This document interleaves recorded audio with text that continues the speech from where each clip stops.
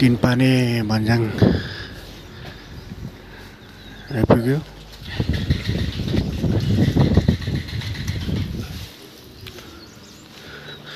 Good morning everyone. अनि यहाँ तिनपानेबाट चाहिँ भ्यू यस्तो छ।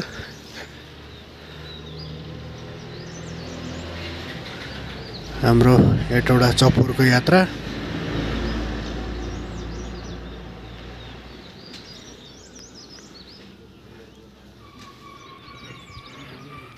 खाजा खान रोकेको छौँ। हामी चाहिँ गढी भन्ज्याङ आइपुग्यो। गढी भन्ज्याङ चोकमा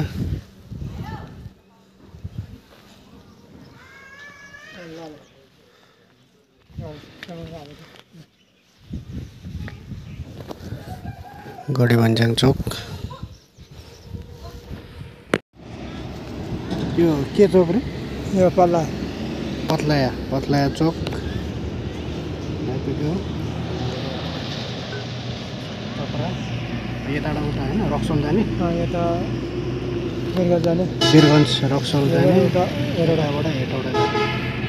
ओके, फाइनली गाइस पथरियाको जङ्गलको बाटो पनि राइड गरियो। यहाँ चाहिँ पहिल्यै सुनेको खतरा छ होइन, पुरा जङ्गलको बिचमा बाटो अनि सिधा लाइन भन्ने चाहिँ सुनेको, तर आज एक्सपिरियन्स गरियो अनि निकै नै खतरा महसुस भयो। एकदम डेन्जर। 150ले पनि 170 80 हान्यो। अनि अर्को बाइक भयो त झन् कति हान्थ्यो होला। जो 100 तल चाहिँ नजाने रहेछ। ठाउँमा चाहिँ त्यो बाँदरहरू आउँदो रहेछ। अनि बाटो अलिकति त्यस्तै छ, त्यो भएर। नत्र भने त एकदम पथरिएको बाटो एकदम राम्रो छ। एकदम दामी लाग्यो मलाई चाहिँ।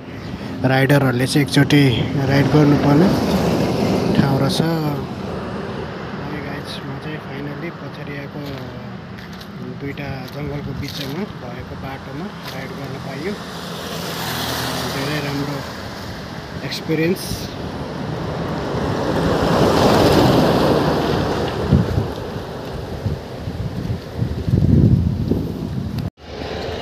अहिले चपुर चन्द्रनिगापुर निर चाहिँ छ। यहाँ चाहिँ लास्टै गर्मी रहेछ।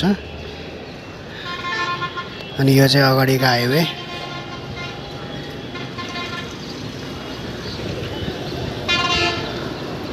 यस्तो छ, लास्टै गर्मी छ यहाँ।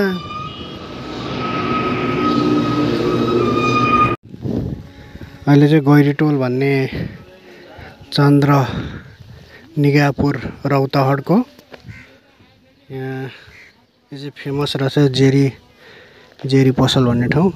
अनि यो यस्तो छ ठाउँ।